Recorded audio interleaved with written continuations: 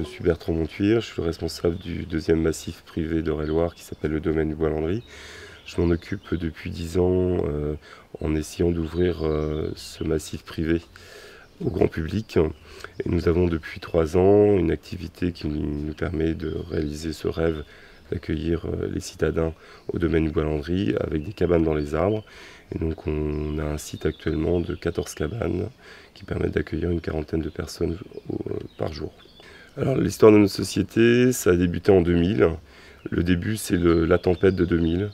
Ça faisait 2 ans que je travaillais avec mon associé, ça faisait 2 ans qu'on réfléchissait à la possibilité de créer une structure qui s'occupait de forêt, de chasse et d'accueil de grand public. Et pour pouvoir aller dans le sens de ce que l'on souhaitait, on a créé une société qui s'appelle Forestis. Donc en 2005, on commence à réfléchir à de l'hébergement et mon associé va dormir dans une cabane en Bretagne, ramène le projet que l'on initie en 2007 en intégrant le réseau La Cabane en l'air. J'ai une formation d'ingénieur au départ. Ingénieur agronome, ça ne me correspondait pas totalement, on va dire, même si aujourd'hui ça me permet d'être assez à l'aise dans la gestion des espaces naturels.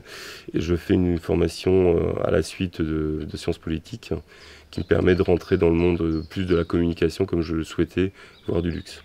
Notre activité aujourd'hui, comme je l'ai expliqué, à 80% c'est des cabanes. Dans les cabanes, on offre tout particulièrement des nuitées. Notre cœur de cible, c'est les Parisiens, couples 25-35 ans. On offre surtout, comme vous le découvrez autour de nous, de la nature sauvage. On a un espace qui n'est pas du tout aménagé. On n'a pas du tout d'activité. Les seules activités que l'on commence à proposer à nos clients, c'est de la pédagogie à la nature. Ce qui est évident, on a une chance, c'est qu'on est à 1h30 de Paris.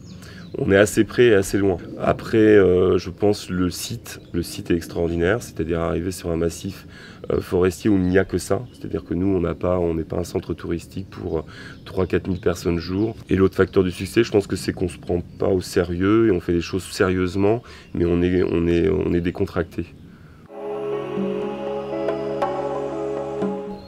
Nos projets d'avenir tournent vraiment sur le développement de nos ateliers pédagogiques à la nature.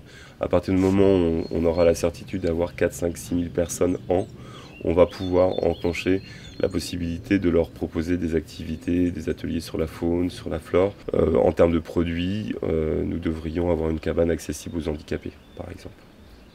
Voire une cabane sur l'eau, aussi. Je pense que pour tout investisseur, l'opportunité que je mentionnais tout à l'heure concernant les avantages à être en Eure-et-Loir pour nous, c'est la proximité de Paris. On est assez loin et assez proche de Paris.